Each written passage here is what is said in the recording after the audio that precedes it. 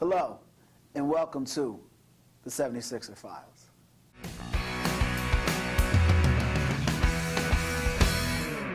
Welcome to the 76er Files, everyone. I'm Kwame Fisher-Jones, and as always, I'm joined by my man, Roy Burton. Roy, last week we discussed would the Sixers, what can the Sixers, how can the Sixers. Now we got a blueprint of where they sit. Number one, first overall. I'm going to jump right. Who are you taking? With the number one pick, the Philadelphia 76ers should and will select Ben Simmons towards LSU. They have to. They don't have a choice. They have a choice, and we'll get into the choice. We'll get into the choice, but I'll let you finish. You cannot be the team to pass up the talent that Ben Simmons can bring to you. And send him where? And send him to L.A. You can't be that. You can't be that guy. That is a fireable offense. That is a fireable offense. That's Brian Colangelo all over again. Brian Colangelo just got here, and that's a fireable offense he could commit weeks into his stint as a GM. You absolutely can't do it. All right, so let's start right there. Okay. Let's start right there. Here's my issue with the whole thing that's surrounding the first overall pick. I'm hearing a lot of people talking about Ben Simmons as if this dude can't play basketball. Right. Like, he is ultra talented. Super talented. He is, without a shadow of a doubt, the most talented, skilled player in the NBA. In the draft, yes. Oh, yeah, in the draft, excuse me. I'm not taking him number one. Okay. Well, I should say that. I have to take him number one. I don't want to send him to Los Angeles to play with D'Angelo Russell and Jordan Clarkson. And Julius Randle. And coached by Luke Walton and the West. Like, I can't do that. Right. And it's not because you care what happens to L.A., but it's because if you pass on this guy for a guy that's going to take longer to develop or longer to reach his prime, you don't want to have to deal with that all the time. But here's the issue I have. I'm hearing a lot of people talk about him like, do you take Simmons or do you take Ingram? There's no debate there. If you're going to take Brandon Ingram, if you're going to not take Simmons, it better be because you're going to make a move. And you better you better make damn sure that the guy you pick is at the team. Like, for instance, and clear it up. I want the Sixers to trade the pick. Okay. And what I mean by that is I want them, Boston sits at 3.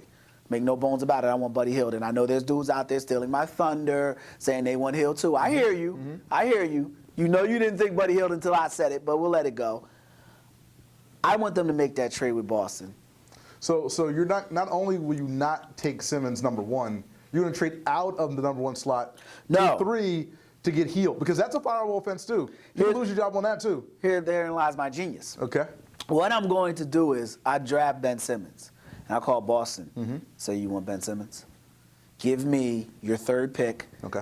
And that nice little 2017 swap you have with the Nets. Okay. Because the Nets are going to suck for probably about the next 15 years, until cigarettes are no longer illegal. Like the smoke, that's how long the Nets are going to suck. So that pick is going to be a top 5 pick. You get Boston on the line and you say, we'll give you Ben Simmons for that 3rd pick, but you got to take Buddy Hield at 3.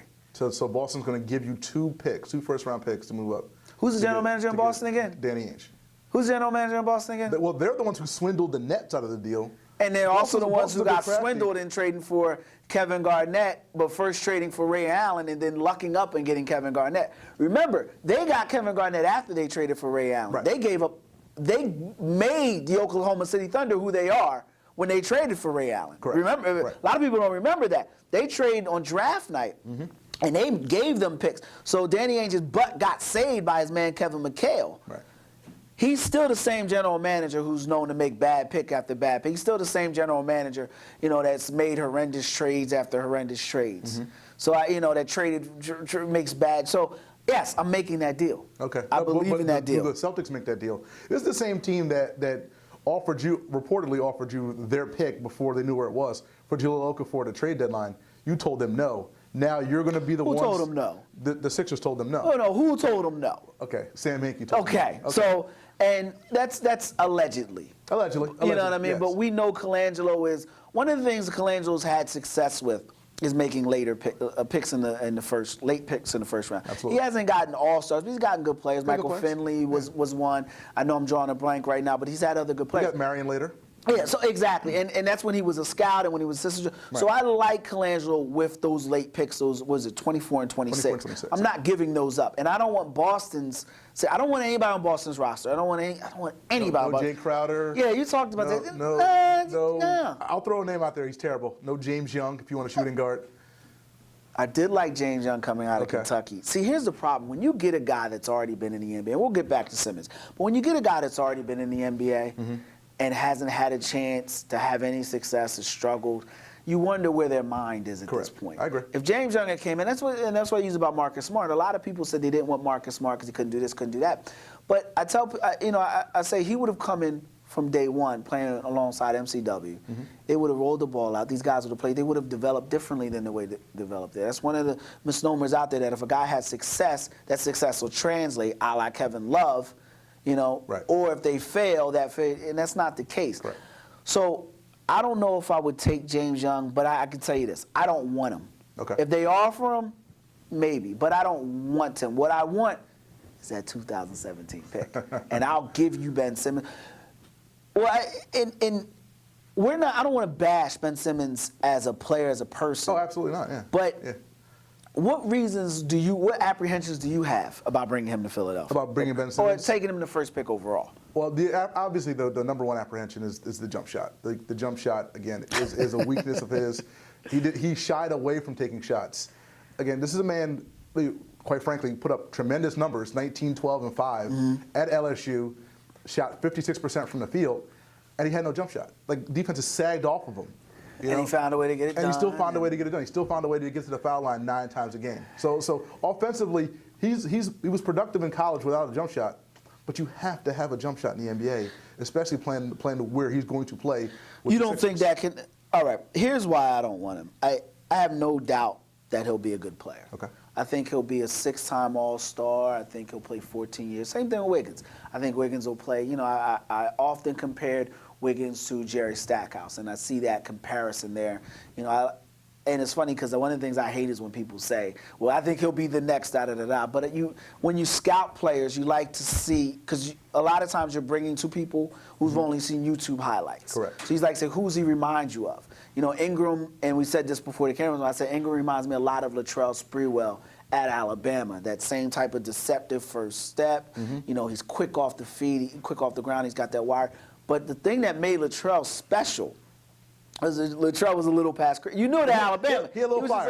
Fire. You call it fire. My mama called it bat crazy. Okay. You knew he was a little gone, and that's what made him special. Ingram is a good kid, well-adjusted kid. You're not getting that player. Right. So I don't want Ingram. I think he'll be a good player, but not number one. Not a number one pick. Not over Simmons. And, that's the thing about Simmons. The things that Simmons doesn't do well are the intangibles and the between the ears. Right. That's not going to change. Okay. Derek Coleman was ultra talented. But you don't think his desire to be a star, an icon, this is the guy who's posing on the cover of Slam magazine in the Michael Jordan, All-Star jersey, like the guy who already signed with LeBron James's agency. Same thing Johnny Manziel did. You don't think his desire to be an icon, the desire to be a star, is going to propel him to do whatever he needs to do at the next level? In a word, 2 letters, the most powerful 2 letters in the English dictionary. No. There's always room. No. And I'll tell you, plain and simple, it's easy to say it. It's harder to do it. Everyone can tell you how to do it. Nobody can get it done. And he's coming to an environment where the landscape is bare. The NBA has had very few transcendent stars. And one of those stars was Allen Iverson. But he had no one to grip him by the collar and say, dude, you've got to hold everybody accountable. Being the best player on the court doesn't necessarily mean that that's where it stops. You've got to be the best player. And I'm not talking about practice. You've got to hold every scout accountable. You've got to hold your general manager, your head coach. Ben Simmons isn't going to do that. He's not cut from that cloth. He's not going to sit at a podium and say after a loss when he only shot once, it's time for me to go. You told me 4 years ago that you were going to have this thing turned around, and it's not. A la Kobe Bryant. He's not going to walk away from his hometown, his friends, his family, to go get a championship, a la LeBron James. Those decisions, to be a champion is not easy. Not at all. And to be great is even harder, because you can be Robert Horry and be a champion and not have to carry the burden of that. But to be great and be a champion, you've got to tick a lot of people off. Keep it PG. You got to tick a lot of people off. He's not willing to do that. The same way Allen Iverson wasn't. He was willing to sit in front of a press conference and say, practice, elaborate. Tell me why you're talking about practice. So what you're really saying is no matter how hard you practice, Eric Snow's not going to become a better jump shooter. Right. Ben Simmons doesn't have that. So you're willing to pass up the most talented player Yeah. in the draft and try to swing a deal for Buddy Hield. I know. You got to say it out loud. You know, just go in the mirror. You know, look at yourself and just say it out loud again after the show. See it. You know, Buddy Hield, yeah. No, you're right. You And the big smile and the teeth and the haircut makes it uncomfortable. But I see a kid who's used to carrying the load. Okay. So his shoulders are strong. Okay. He's a self-motivated. I see a kid that's going to be in the gym 3 o'clock in the morning. I don't doubt that. Shooting jump shots. And a kid that's not going to tell me he needs to decompress after a bad game. You know, I see a kid that's going to give me maximum effort. In game 5, game 55, game 75. Mm-hmm. You know, D'Angelo Russell was a guy I didn't like, and we talked about it. I didn't like him coming out of college. I thought he was going to struggle. Mm-hmm. I didn't think he finished well with the guy. But I learned something about him because it was a dude that in game 57 dropped 30-some points. You know, in game 72 dropped, you know, while Jahlil Okafor was on the sidelines hurt. Right. Karl Anthony Towns and D'Angelo Russell were still balling. Mm-hmm. That gives you something. That's something you can't coach. That's not something that develops. You come in with that. I got, you know, we're going to be on network TV, so I got to keep it clean. But that mentality, you know, that irreverence, that You jerk. got to bring it. Yeah, like you hear dog. You know. Yeah, I don't want to use the word dog. I don't like dog, but you know, it's that moxie that a lot of guys, testicular that's a good word. fortitude, that a lot of guys don't have, and Ben Simmons doesn't have that. He's a hell of a ball. Stop it though. He's a hell of a ball I player. gotta cut you off there. 12 rebounds a game is not moxie. It's not dog. You gotta work. Perkins Harrison gave you like You gotta 13 work. rebounds a game. 19, 12, and 5 and 2 steals. No one in 30 years did that in college. No Beautiful. one. That's great. No one. And I hate the there's- numbers so generation. he doesn't have the moxie. No, He doesn't have what. not in Philadelphia. Okay. Not with Brett Brown. So you know. we're drafting players based off a dog, for lack of a better term. Not so much. They gotta have talent. I think we all would agree Buddy Hield has the talent. He's talented. But here's the thing. I'll give you another example. We saw a video of Jahlil Okafor, right? Yelling at people, I got all that stuff, right? Yes. What we didn't see is Jahlil Okafor chewing Brett Brown out for taking him out late in games. With the game on the line, you're telling me Isaiah Cannon's better than me on the floor? Seriously, though. No. In all sincerity, imagine Brett Brown taking Allen Iverson out of a game. Right. And he's not even a champion. But imagine with the game on the line. Now flash that and imagine taking out Kobe Bryant, a champion, or Shaq. Right. You know, or you know, DeMarcus Cousins, for crying out loud. That attitude comes with the player. Ben Simmons will say, I'll do what's best for the team. Buddy Hield will say, no, my ASS needs to be on the court. Okay. You know what it is? Ben Simmons is Kevin Durant. Okay. That's what he is. All right. He's Kevin Durant. He'll fill it up for you. He'll give you all the cute things. But when it's time to win, when it's time to do the things necessary outside of your natural element, when you got to call people, he's not going to give you that. Ben Simmons is Kevin Durant. Buddy Hield is Russell Westbrook. Russell Westbrook. Russell Westbrook. Okay. I'm going to walk. I'm going to travel. I'm going to cheat by any means necessary to win this game. When you talk to your cousin Buddy the next time, can you get an autograph? Can you give me just, You know, Buddy Hield actually does have family in this area. I'm just saying. When He you does have family in this area. You I talk can't, to him, you know, I've done my research. No, look, man. I see a guy, I see one of those rare mixture of talent and accountability. And I don't want to see that pass. And I don't like the fact that you're bringing a talent who may or may not have, I don't think he has it, but may not has it between the ears, may not have it between the ears into a blank slate and asking him to make it happen. But let me just bring it back this full circle. Let's say you don't make a deal. Let's say you have to pick number one. You bring Ben Simmons in and you try to make it work. We'll hold that. Coming back on the other side of the break, God help us if we got to keep Ben Simmons. 76er Files.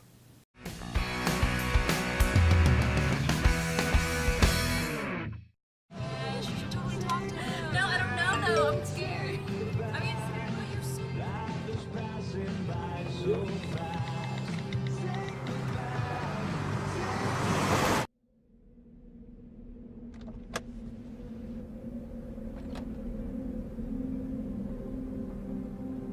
Do you know that you're in my lane? No, not at all. Are you not paying attention?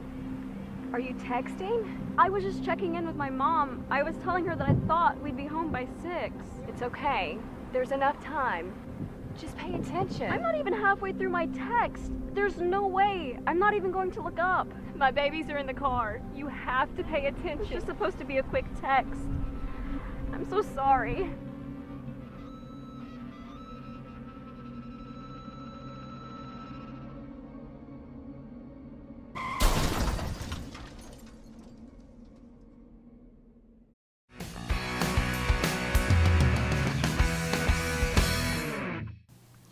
Welcome back to the 76er Files. Roy Burton, Kwame Fisher-Jones. Now, going into the break, you asked me, what if they don't make the deal? It's a good question. It's an outstanding question. My response is you make the deal. I got to hold your piece of the fire, okay? Yeah, no, I agree. I And gotta it's a hold your great piece of the question. fire. Like, how do you get it done? You get paid a handsome salary to get it done. Okay. There's too much, excuses in the world. I tried to do it, and then try harder, man. You got to get it done. So Like, you have to make this deal. you treat this deal like it's dinner, and if you don't bring food home, the kids starve. Okay. That's what you got to treat it like. It's not. You don't treat it like it's your last, because if it doesn't work, you got tomorrow. No, you treat it like this is death. You treat it like this is all you have, because you draft Ben Simmons. And first of all, we both are in agreement. You have to take Simmons number one. You Have to Simmons number one. take Simmons one. You draft Ben Simmons and it doesn't work out. Your franchise is set back another 3 years. Because it's going to take you 3 years before you're willing to say it doesn't work out. Correct. Even though you'll know by game 6 this isn't working out. You got to say, well, this year will be the year Ben. You know how it goes. This year will be the year Ben Simmons figures it out. Right. He was young. No, so you have to make this deal. Let me. You're not going to answer the question. So let me. Now, I am answering the question. You're dealing with a guy. You're dealing with. I mean, as men, we often are faced with challenges where you say, well, what are you going to do? How are you going to get it done? And you say, I'm going to get it done. I got to get it done. Like, I got it. And it's not a gotta.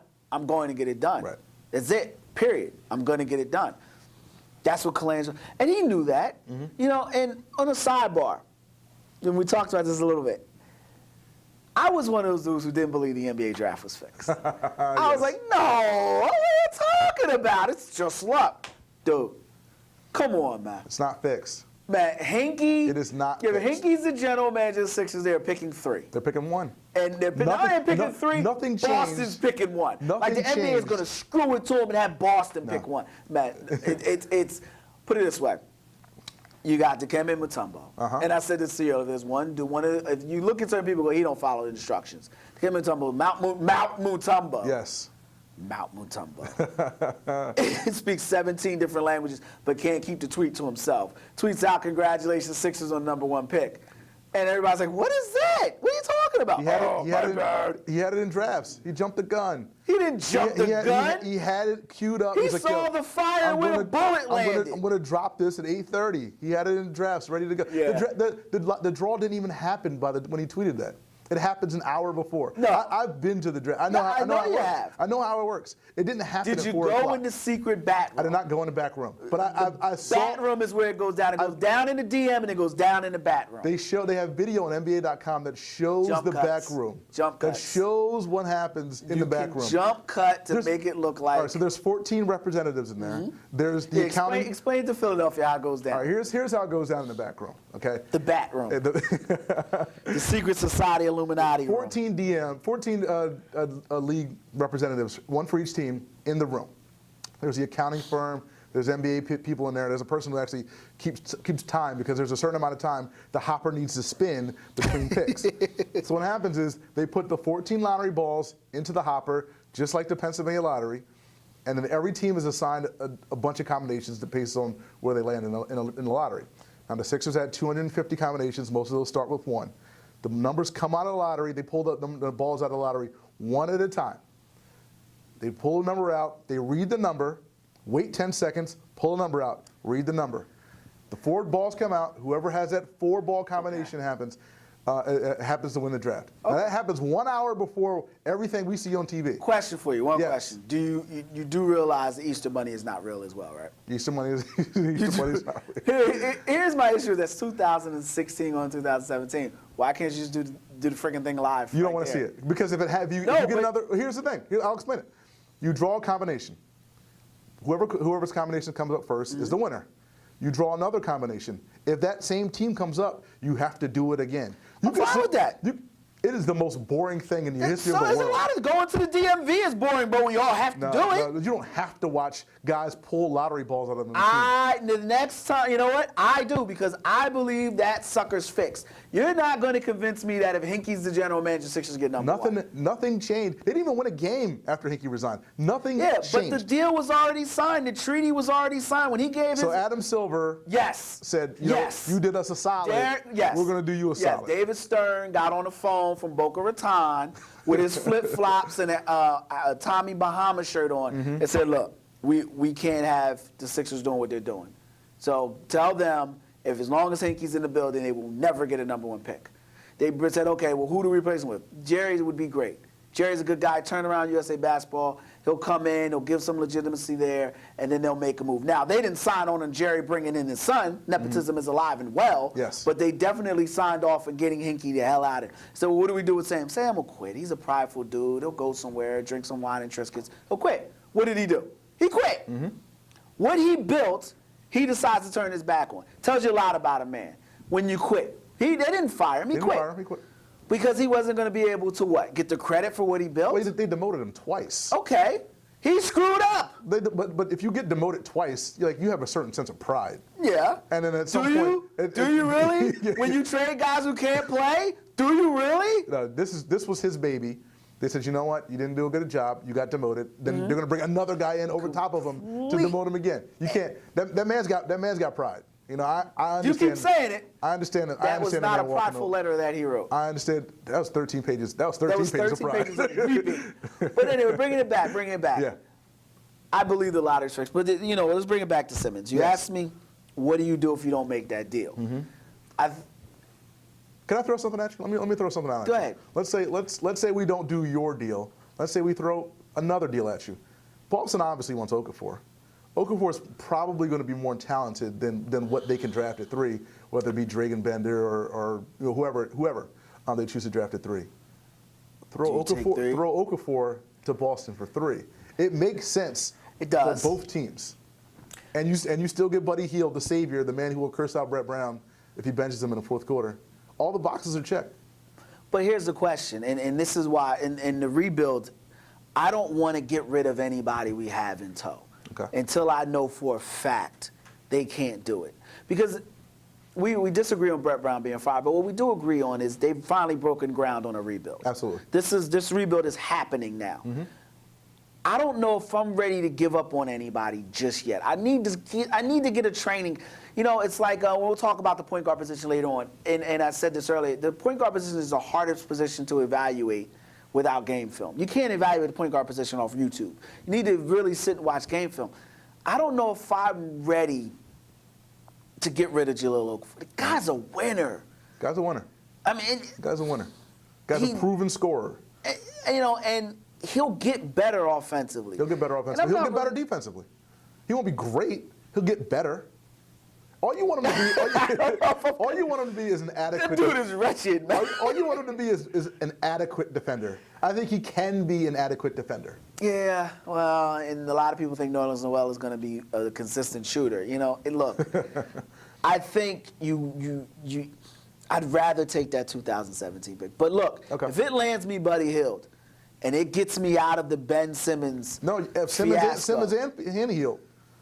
You got Simmons and Hield. Okafor for Hield. If you're Boston, you're not doing that deal. Why not? No way in hell you're doing Why? that. Because you just built you just built the 76ers. You just gave them everything they needed to be great. Boston needs a big man. Boston wants to be great.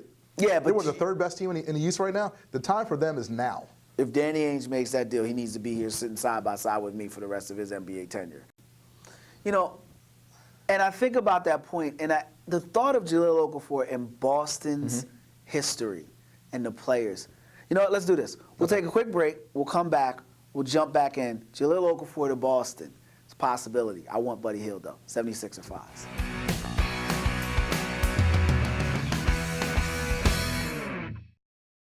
We will never fully understand what we've asked of you, or your families, asking you to put yourself in harm's way, to endure it all. But we do understand that it's our turn, our duty, to keep you secure for the rest of your life. Wounded Warrior Project long-term support programs help our most severely ill or injured veterans live independently, at no cost, for life, so that they might stand at ease. Join us at findwwp.org.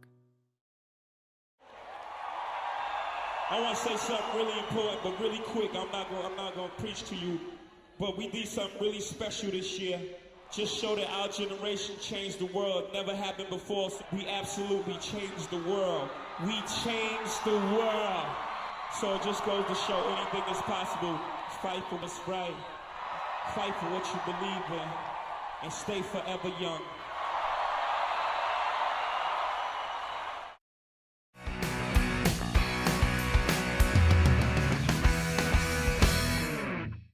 Welcome back to the 76er Files.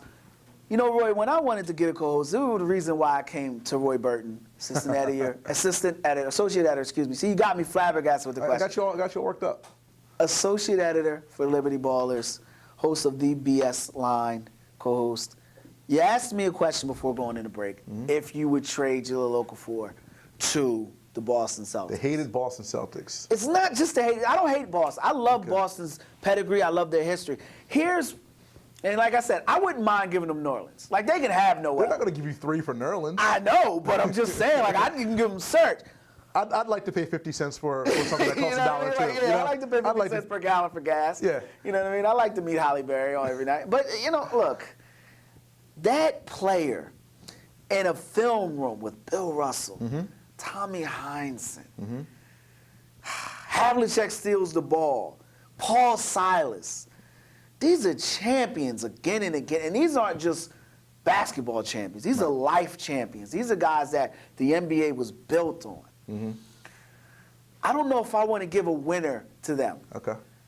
Golly, Kevin McHale. Because think about it. McHale gives Kevin Garnett to the Celtics because he's a Celtic. Right. Well, okay. You know, like, I don't know if I want to make that deal just because there's something there with Jahlil. You just gotta figure it out. Just like it's something like I killed New Orleans, probably because his first name is New Orleans. You know. Second part is because I mean, dude, you've been in the NBA 2 years. You can't hit a 12-foot jump. I don't care what they're coaching you to do.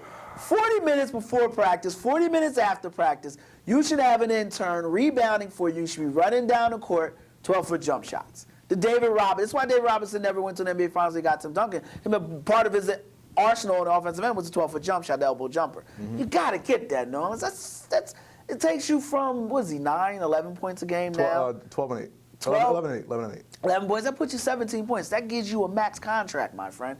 But, yeah, nah, I don't. I want Buddy Hield, I got you thinking. I got the wheels turning. I see them. You know I see what? the wheels turning. I'm going to bite back on it. I make the deal. There you go. I make the deal. There you go. I give up Jahlil Okafor. That's right. For the third Send pick. him to Boston. Kevin McHale calls him the next day. He's like, "Yo, come work with me. I'll teach you some post moves. I'll teach you the post moves. You know." Nah, Bill Russell would be the one to get a hold of him. Oh, Bill It would Russell. be ironic he winds up in Boston. It would be. It would be. Yeah, Bill Russell gets all right. And you raise a valid point. So Okafor is worth the third pick. You've had Dario Saric now under watchful eye, whatever. Why did anybody want him? Why would anybody want No, him? why doesn't anyone? Oh, but like because never no one has seen. When I say seen him, no one has seen him in the NBA Whoa. in 2 years. But Twitter told me that he's coming and he's going to be an all-star. Well, Twitter. But okay. A lot of stories are told on Twitter. Sports radio, even though the guy, you know, this is funny. You can always tell when someone's seen someone play. They talking like he's going to be a stretch four. Have they seen him shoot threes? Yeah, he's not quite a stretch four. Not quite. Not quite. He's a stretch four like, what's the guy, Tiago Splitter's a stretch four. He's a stretch four like that. Like, he's got form and he'll become a better shooter, but he's not a three-point shooter. He's not, no. So I'm laughing because I'm hearing people say, you know, Serge coming over. No one wants this dude. International guys are always mysterious. I mean, even the better ones, like, what's the ceiling on even the better guys, like a Mirotic or Bogdanovic? No one really is committed to any of those guys until they show up in the NBA and actually do something. And so even though Dario was rising star in Europe 4 years ago, he was a rising star. 2 years ago and had a nice year this year, it's all fantasy until he comes here. I mean, that's why he has minimal trade value at this point. It bothers me that no one wants him. Like, you could trade Embiid right now. You could trade Embiid because you see how he projects against NBA talent. You can see that. I don't know if you can see that with the international guys. And it's funny. Or it's rare. I was just about to say. Rare. It's rare that you can get that trade. But, Amin Elhassan said something one time. I had him on my radio show, and I asked him, I said, why couldn't you trade Noel, when in the Embiid draft? And he said, because no one wanted him. He said his value, his stock was low, and he said, and not just low, like just low, no one wanted him. So you weren't going to get anything reasonable. Right. And we're seeing why. I wonder, I don't believe Serge is going to be a good player at all. Okay. I think he'll be in the NBA for a few years, and you'll never hear from him again. Ceiling is Vlade Divac, but realistically, I don't think he'll be that player. You're staring down the barrel of possibly having two players that no one in the NBA wants. I think you're overestimating or underestimating Noel's value. 11 and 8. Here we go. Oh, here comes the advanced analytics. I'll bring out the regular number. He shot 52% from the floor last year. Top 25 in blocks. Top 25 in steals. How many times did we watch this guy try to cross other forwards up? Oh, too many. Okay. How many times did we watch this guy do something offensively to go, what the? But how many times did we watch Noel play out of position last year because you were trying to see if that Okafor-Noel pairing worked? That kills me. Great players figure it out. And I know the center and big position takes a while to translate. That's coaching in college, and both those guys want to play. But they could figure it out. Your boy, your man, Brett Brown, refused to play or Okafor late in the games. You won 10 games, homeboy. You weren't going to win 2 more. If you decided to keep Covington and Cannon, but you couldn't keep the future of the franchise on the floor. So I don't really put too much stock in the fact that he was playing out of position. He's Marcus Camby. He doesn't have a true big man position, but his value is in the fact that he's something you can't figure out. But the fact of the matter is other NBA teams don't want that. That's Other unsettling NBA to teams me. don't want Marcus Camby? Because he had a pretty good career. How many NBA finals he played in? None. How many championships did he win? But how many years did he play? I want championships. I know what you want. If I want guys that are going to play a long time, I'll keep Buddy Hield and bring in AC Green to coach him. I'd bring in Ben Simmons and bring in AC Green. I want guys that are going to win titles. We've got a minute left in this segment. Sixers had the first pick in the draft. This is the draft that's going to define them for the next 5 years. Probably.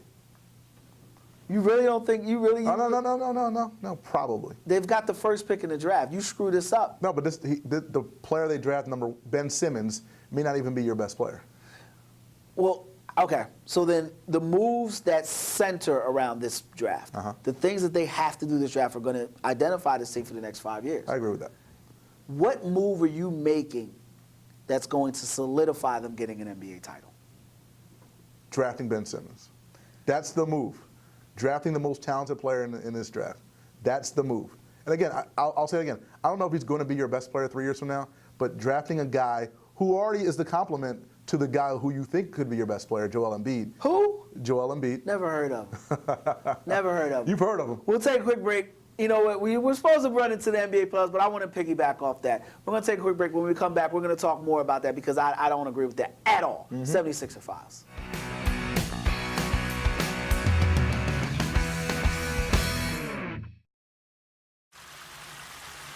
I was 32. I was 30. I was only 28 years old when I found out I had breast cancer. I survived breast cancer. I survived breast cancer. I am still fighting breast cancer.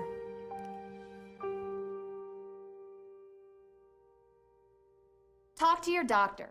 Get regular mammograms and perform routine self-exams. It's as easy as taking a shower.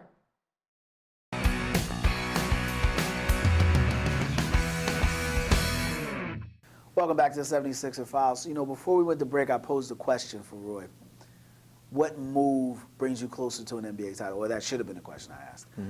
So the move that you believe brings them closer is drafting Ben Simmons. See, I believe the move that brings them closer is drafting Buddy Hield and getting another player, because I think the Sixers need an attitude more than they need talent right now.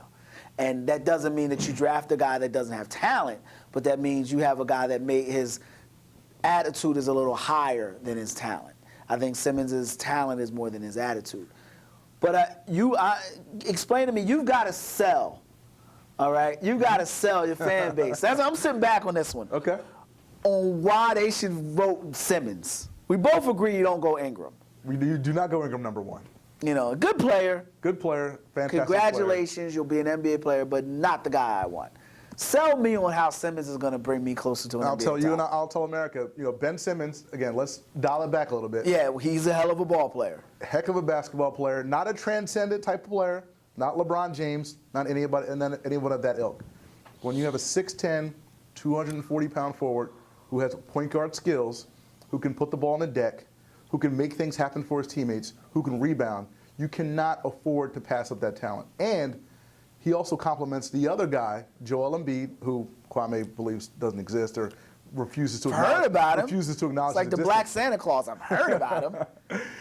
He complements Joel Embiid well. Joel Embiid and Ben Simmons, those are your two cornerstones. Those are your two pieces. Those are the two best guys the Sixers either currently have or could possibly have on their roster, and you build around them. So wouldn't Hield complement this character, this Sasquatch Embiid that you're referring to? Who's more shooter? Simmons is more talented than Hield. Give me the two most talented guys I can have, and they complement each other, and then you work around that. All right. I see your argument. I 100% emphatically disagree. Okay. But I think we both agree, though, that this draft, the moves you make in this draft are going to decide where this franchise is headed next. Yeah, this could either vault you into, the top 2-3 in the East, or it can get Colangelo fired. I'll put some names on it. This can be the Allen Iverson draft, or this could be the draft that puts you in the playoffs in the next 3 years, or this could be the Sean Bradley draft that brings you Sharon Wright. You know what I mean? And Jerry Stackhouse, and keeps you in the lottery for this is big. This is big. This is huge. It's huge. And where teams are right now, where the Sixers want to be is the playoffs. And I'm going to transition now to the playoffs where we want to be someday. Last week, I asked the question to you. Yes. Are the Cavs that good? Or are the Raptors that bad? And we both said, we don't know. The Cavs do a lot of shooting. Then the starting point guard for the Toronto Raptors needed to go watch Oprah. Had something to take care of during the game. He needed to. I'm sorry. He needed to decompress. Yes, that's his words. Decompress. Is this? Thoughts on that? You cannot. I mean, it's. You're the starting point guard. You've got hair on your chest. It's a playoff game. Yeah, you're a grown man. You don't use decompress in a public setting. You don't use decompress. You don't walk out on your team. I coach summer basketball, like high school kids in the summer league. If a kid walked out on us, I got no problem with that. That kid would get benched. Like you can't. I got no problem with the guy that. saying, "Y'all suck. I need a break." He left the court. He went in the tunnel. When have you ever seen that? Ever? I'm gonna answer that question. Go into the tunnel. I worked in the WNBA. A professional. Okay. I'm gonna answer the I worked in the WNBA. I will not say the franchise, but my resume discloses it. I watched a player. You should say the franchise. So No. All right. Only difference was she was a different gender, which brings me to another point.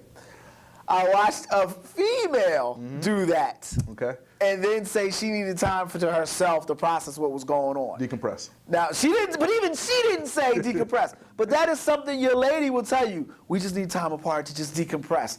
So, it makes me wonder what poor Dwayne Casey and the Raptors are dealing with right now. Yeah, poor DeMar DeRozan. Well, he won't be poor next year. Yeah, he's going home. Poor DeMar DeRozan. Now we know why. Yeah. And now we know why players don't want to go to Toronto. Decompress? The last time I heard that used in a sentence was in a conversation I had with a young lady, and she said she needed to decompress from the relationship she was in. She needed time to kind of heal her wounds, and I was just like, NBA player, decompress. I mean, the Cavs are probably up with 20. That's very I mean, oxygen-ish. Like Lifetime. Very O. Yeah, O like, network. Like it's like whoa. So all right. So obviously, his spirit is broken. Yes. The Cavaliers have broken his spirit. Exactly. Let's look going forward. Cavaliers are going to the NBA Finals. Yes. I've already gone on record as saying I think this is LeBron's year. The question remains the same. Are the Cavs this good? Are they 10 games in a row beating NBA playoff quality? I don't want to hear about how weak the East is either. No. Cavs are a good team. The Cavs are a talented team. Michael Jordan beat Reggie Miller to go to NBA. Reggie Miller to go to the NBA Finals. I mean, so you're not telling me there's any player now that Reggie Miller's head and shoulders better than Mark Jackson and Chris Mullin. No, the Cavs, like the first two series, I mean, they had, again, historically great shooting. But, I mean, they're just a good, like this Raptor Ball series, movement. they're just moving the ball around. They're getting good shots. LeBron James, here's a stat. This is amazing. The first two games of the series. That's why he's on the show. Against the Raptors. His average shot distance on his makes, Oh, yeah, I saw this. 1.6 feet. Gotta Like love 1.6 feet. Like that's 18, 19 inches. Remember when they said LeBron was soft and couldn't get to the rim? LeBron's soft, can't get to the rim, settles for jump shots. The man is getting to the rim like a madman. He's like with a reckless abandon these days. It's And amazing. Toronto was a pretty good defensive team during the regular Very good season. defensive team. Yeah. You know, and yeah, I know that big man is out, but look here, man. You got DeMar Carroll, who's a really good wing I was defender. just about to I mean, say, like, you brought in Carroll for the sole purpose of Yeah. defending, even Yeah. though the Cavs lit the Hawks up when Carroll was on there. But, I digress. You're thinking you bring him into your environment, different defender, but I actually believe, first of all, in full disclosure, everyone knows my affinity for J.R. Smith. I tried to find a J.R. Smith fan. The NBA says, nah, we don't support the purchase and advertising of J.R. Smith. You will not be buying a J.R. Smith jersey. They said I could get a Varejao throwback, but I couldn't get a J.R. Smith jersey. But no, I love the Channing Frye edition. very good addition. Yeah. That had Draymond Green written all over it. You want to run, we'll do that, pull him out of there. And now you can bring in your bigs. You can have a Tristan Thompson on the court with Jeremiah because now that puts the Warriors in a difficult spot. And they were comfortable with how they matched it with the Thunder. I stand by this. I believe the Cavs are this good. They're very good. They're absolutely. I think Tyronn Lue was a hell of a coach. I think the spacing, coaching isn't just about X's and O's, and we see this with Brad Stevens. It's about getting players to fight through walls. Right. And he's doing that. I mean, and I heard a report, or read a report that he actually yelled at the King. Got LeBron's face. LeBron tried to draw up some plays like you used to do with David Blatt. Tyronn shut it down. That's what you want to see. That's what you have to have as a coach. Yeah. You can't have players run. Well, you could bench LeBron though because he doesn't fit. With your other good players, even though the goal is, the goal is to get better. You could do that, but nah, that's Brett Brown. Brett Brown ain't about that title life. Love you, Brett. Yeah, love you. Those views and expressions belong solely to that of Roy Burton and Liberty Ballers right there, trying to keep that credential live. I think they're that good, and I think LeBron is that good. You look at what the Cavs are going to do going forward. They're playing a Golden State team that prides itself in ball movement. They're playing a Golden State team that, despite what the casual NBA fan believes is built on shooting, they're built on ball movement and spacing. So now you can defend all those positions. Right. Now you can defend them and have them defend you. Because, again, now you can space the floor. You put Channing Frye and Kevin Love and J.R. Smith and Kyrie Irving around. Who? And Peanut Brittle?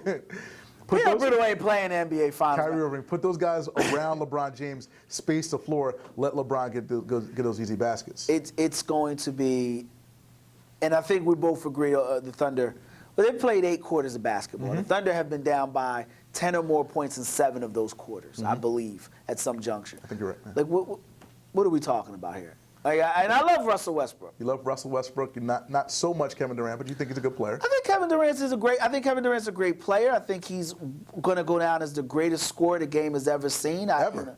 I think I think because Wilt can't do what Kevin Durant did, but Kevin Durant can do what Wilt did. Okay. Kobe Bryant can't do it the way Kevin Durant did it with the efficiency from the 3-point line. Now he came up in a different era where the goal was to get to the basket, but Kevin Durant, I think Kevin Durant could play and do the things that each one of those players did offensively. So I think that's, Okay. you know, maybe not Kareem as far as the skyhook, but those are your 3 pillars, and Michael Jordan. I'm like of course. You know, but I think he can do with any of those 4. Those are your pillars offensively. Kareem, Wilt, Kobe, and MJ. I agree. You know, I think Kevin Durant could do anything that they could do. I don't think they could do what Kevin Durant do. I think he's a matchup nightmare no matter what you put in it. But I just don't believe his bark is as good as his bite. You don't think they have a shot against the Warriors? They stole a game in Golden State already. They had, you know. Man, please. Okay. Man, stop it. They don't have. listen, camera one. No, you don't have a shot. You're wasting. I mean, at this point, Russell Westbrook is realizing that Mark Cuban struck a chord. He thinks I should be the lead singer now. So he's proving that in these games. And when game 4, when they're down by 4 or 5, or you know, at some point in the series they're going to be down by a possession. And Kevin Durant's going to be open like this, and Russell Westbrook's going to wave him off, and that is the final nail in the coffin. That will be when we all start realizing Russell Westbrook is headed someplace else. But as far as this series, right now, get your popcorn ready, get yourself ready, Warriors, Cavs. And I'm looking forward to it. Oh, it's going to be great. It's going to be a great series. I mean, I still want to see if, like, I'd like to see Durant and Westbrook face off against LeBron James just one more time. We saw that in the NBA lockout season. We saw that. We saw what Kevin Durant did. He shot well, rebounded well. They lost. But we saw, that was a different, again, that was a different Thunder. That was a completely different Thunder team. They had the Mohawk on that team. And now LeBron's back with the Cavs with a completely different type of team than he had in Miami. So I mean, like, I would like to see that. Again, we saw what, 4 quarters of it last year. 4 quarters of Warriors Cavs last year. Give me something different. Give me Durant. If Durant This wants to is be different, though. Durant says, I'm tired of being second. You know, I'm tired of this, that, and the He other. says it all the time. You know what? I want to see him. I want to see him on that spotlight. I want to see him on that stage. Kevin Durant keeps telling you he wants to improve his credit, but he don't want to pay his bills. It's like, you know, he don't want to do the things necessary to be a champ. Look, to me, the Thunder don't have a shot. I look at it, and they've got talent. They've got talent. A lot of talent. Offensively, they A got lot of talent. talent. There's no way in the world Golden State should be blowing the doors off of them offensively. Agreed. But it happens. It happens, and it's happened consistently. And at some point, you have to admit Kevin Durant is who he is. He's the guy that's going to give you 40 points, 30 points. He's the guy that's going to go to the post-game press conference, say all the tough guy talk, you know, all the Fonzarelli quotes and analogies he can find. But he's still not going to win. And Russell Westbrook's going to be sitting there, dressed interestingly. Very. Did he have his nipples out? He had like the shirt, like, I don't know if you're a wrestling guy, but you know, the Brooklyn Brawler. He had the Hulkamania white shirt. He had like the white T-shirt on that, you know, not the icy white, but like the you know, like the dingy white T-shirt with the holes in it. You know, I mean, these are, you know, these millennials, you know, maybe I'm too old, you know. No, that's never been in style. Okay. That's never been in style. Like, there's never been a time Prince's pants were cool. Like, there's never been a time Russell Westbrook shirts are going to be on point. Okay, all right. Some cats are just different. Maybe I thought I was just too old. You know? can't win like that, though. That's my point. The Thunder, they're always on some other. They're on some other. They're always on some other. It's like they're on some James Harden with the beard, and then he takes that to Houston, and now Houston miraculously like that's the Thunder. They're on some. They're in Oklahoma City, and that's what you get. That's what you do. So we're looking forward to a Warriors Cavs finals. I think we both agree that Cavs are just this good. Yeah. You know, and I'm on record. Are you still going with the Warriors? Yeah. Okay. Yeah, no, they're too good. Hard head makes for a soft behind. 76 and Files. Come back on the other side. We are going to discuss. We're going to jump into. We're going to talk more about the Warriors. We'll talk a little bit more about the Warriors and what we can expect from them, not just in the NBA Finals, but could there be a Klay Thompson, Stephen Curry beef? Ooh. 76 and Files.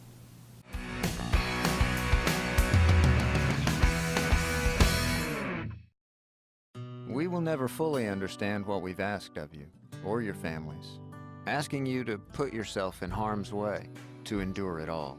But we do understand that it's our turn, our duty, to keep you secure for the rest of your life.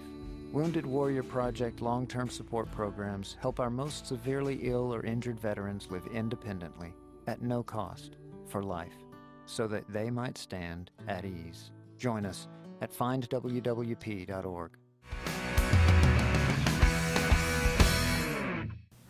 Welcome back to the 76er Files. You know, going into the break, I referenced or tried to do a transition to Stephen Curry and Klay Thompson. But I want to jump back. I want to take some steps back here. Okay. I was kind of hard on Kevin Durant. I'm kind of hard, as well I should be. But when I look at the Thunder, I want to, they killed somebody. They killed him. They killed him. He's done. Who'd they kill? One of my favorite players, one of the greatest power forward to ever play the game, a guy that I hope takes Charles Barkley's spot. You know, we'll do a segment called NBA News and Notes if we have time, and Kobe Bryant turning down TNT is hilarious to me. And they say to Shaq, no, it ain't Shaq he got a problem working with. Shaq got titles, Kenny Smith has titles. Somebody in the end is a little too vocal to have 0 titles. But Tim Duncan. Yes. He had a horrible series. Terrible playoffs. Terrible regular season. I was about to say, you know, well, he played well defensively. Is it over for Timmy D? Do I have to, like, is he done? Tim Duncan can choose whether or not it's over. But he should sit down. He should sit his own self down. That's what you try to delicately Tim say. Duncan, we appreciate your contribution. We wish you well in your future endeavors. Yeah, Tim's got to go. I'm sorry. Tim's got to go. I wasn't ready for that. I thought he had, like, Manu has been done for 4 years now. Tony Parker's French. I never cared. You know, but Tim Duncan was the straw that stirred the drink. He was. And, you know, for we 20 go back, years. Yeah, I mean, Tim Duncan, Keith Van Horn, that draft goes a little different. You got Allen Iverson and Tim Duncan on a team with Larry Brown trying to trade one of them. Right. You know, I wasn't ready for that. But what Oklahoma City did, they didn't do anything special. No. They just ran right by him. They just ran right by it. And Pop got exposed. You know, he couldn't find a way to figure it out, which was about time. You know, he got it handed to him. Give Billy Donovan credit. Give Kevin Durant credit. You give Russell Westbrook credit. You know, you give Deion Waiters credit. You give those guys credit. For me, it was just watching Tim Duncan die. But even during the season, though, even when you saw, you know, what LaMarcus Aldridge brought that Tim Duncan used to bring, that didn't give you a little bit of inkling that this was probably the end of the road or close to it? No, because much like you and believing in some of the things you believe in basketball-wise, you know, like the draft isn't fixed. It's not fixed. You know, I thought that they were saving Tim Duncan. Like, I thought, okay, we're letting him rest for an entire season. Like, I was like, yo, Tim Duncan's going to come. Oh, man, he's just chilling right now. He's playing possum. Yeah, you know, he's drinking some 20 minutes- cranberry 20 minutes a mango. game. He's good. Man, I saw game 2, and I was like, oh, my God. Who the hell? Who was 21? And what did they do with Tim Duncan? He didn't just look old. He looked Jordan wearing a 4-5 getting ripped by Nick Anderson bad. Like, he looked Charles Barkley flabby, out of shape, falling when the Rockets came to town bad. Right. Like, he looked Moses Malone, Washington Bullets bad. We have 19 years of good memories. You know, just hold on to man, those. I remember the last episode, and it sucked. Hold on to those, man. I can't, and it's tough, because I'm a huge Duncan guy.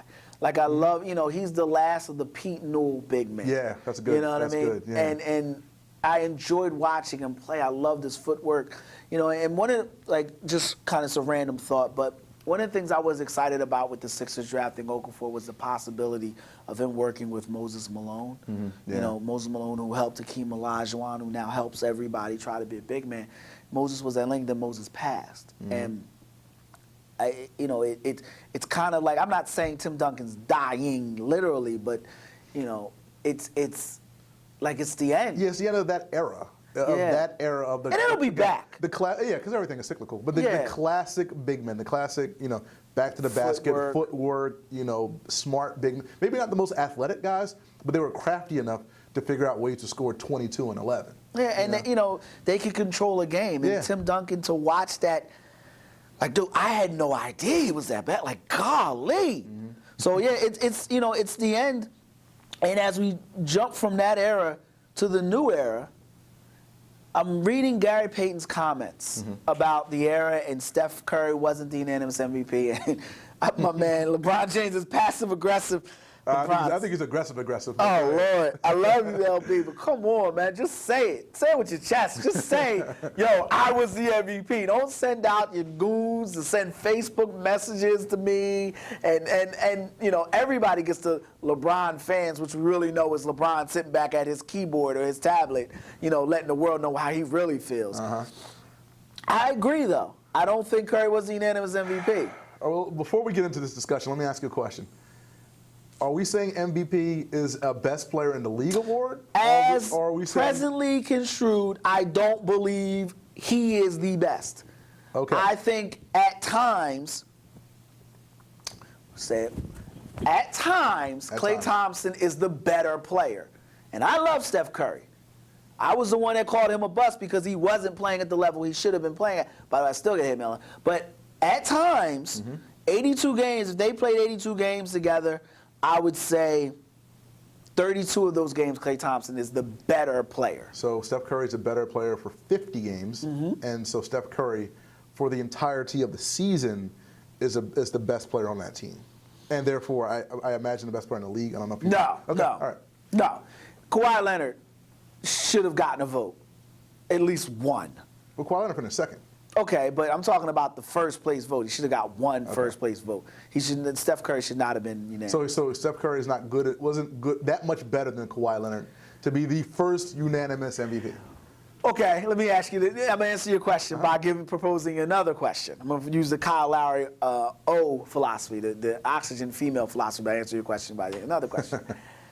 Was Steve Nash the best, or should he been the first, or whatever he was? Nash, I'll cut you off. Steve Nash stole those 2 MVPs. Okay, from who? Stole them. From someone who should have been unanimous. Who's that person? Shaq. Okay. Yeah. So, if Shaq wasn't good enough, if Fred Hickman gave AI a vote the year Shaq... I can't defend the votes of past MVPs. I can't do it. But you set the table. I'm not gonna do it. These are the same chefs that made those meals. Now all of a sudden, somebody gave a bad vote, because Gary Washburn gave a bad vote to Carmelo Anthony a few years back to deny LeBron James, means somebody has to take up the mantle for Kawhi Leonard. Yes. I see how It's the Major League Baseball vote. No, that's terrible. I hate that. He's good enough to go in first ballot, but not right now. He's not better than Chickshaw Jackson, who played 70 years ago. So damn it, no. That's the philosophy going in. No way Steph Curry is unanimous. No way. And Gary Payton's right. And this is going to become the Steve Nash joke of MVPs. I hate that. The NBA Basketball Hall of Fame is a joke, and the MVP trophy is becoming a joke. There's no way in the world they got the guy right.